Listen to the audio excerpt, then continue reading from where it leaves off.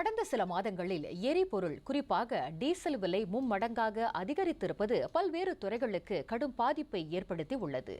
போக்குவரத்து சேவையை வழங்கும் தங்கள் தரப்பிற்கு இரண்டாவது உதவித்தொகை வழங்கப்பட்ட டீசல் கட்டுப்பாட்டு செயல்முறையின் கீழ் டீசல் இன்னும் முறையாக விநியோகிக்கப்படாததால் மிகுந்த சிரமத்தை எதிர்நோக்கி வருவதாக லாரி நிறுவன உரிமையாளர்கள் தங்களின் மனக்குமுறலை வெளிப்படுத்தினர்.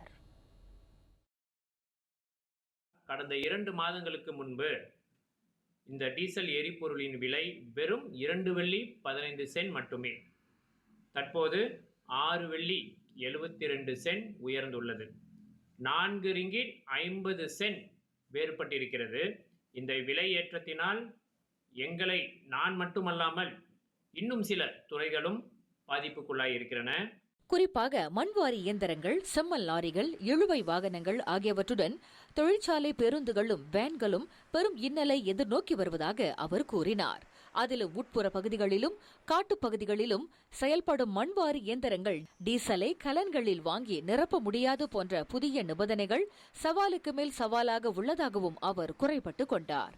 டீசல் கடத்தலை கட்டுப்படுத்தும் அரசாங்கத்தின் இந்த முயற்சிக்கு தாங்கள் மாற்று கருத்து தெரிவிக்கவில்லை என்றாலும் நாட்டின் எல்லைப் பகுதிகளிலும் உட்புற பகுதிகளிலும் வேலை செய்பவர்களின் தேவைக்கு இத்தகைய நடவடிக்கை இடையூறாக உள்ளது என்பதே தங்களின் ஆதங்கம் என்றும் இளங்கோவன் குறிப்பிட்டார். இந்த விலையேற்றம் எங்களுடைய வாழ்வாதாரத்தையும் பராமரிப்பு செலவினங்களையும் அதிகப்படியான உச்சிக்கு கொண்டு சென்றிருக்கிறது. இந்த வகையில் அரசாங்கத்தை நாங்கள் கேட்டுக்கொள்வது ஒன்றுதான்.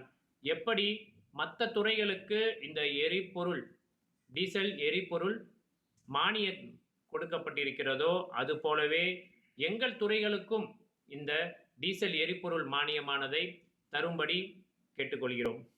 அவற்றுடன் டீசல் விலையேற்றத்தால் வாகனங்களின் உபரி பாகங்களும் தற்போது விலையேற்றம் கண்டுள்ளதால் அதன் பராமரிப்பு செலவுகளை ஈடுகட்ட முடியாமல் பல போக்குவரத்து நிறுவன உரிமையாளர்கள் தத்தளித்து வருகின்றனர்.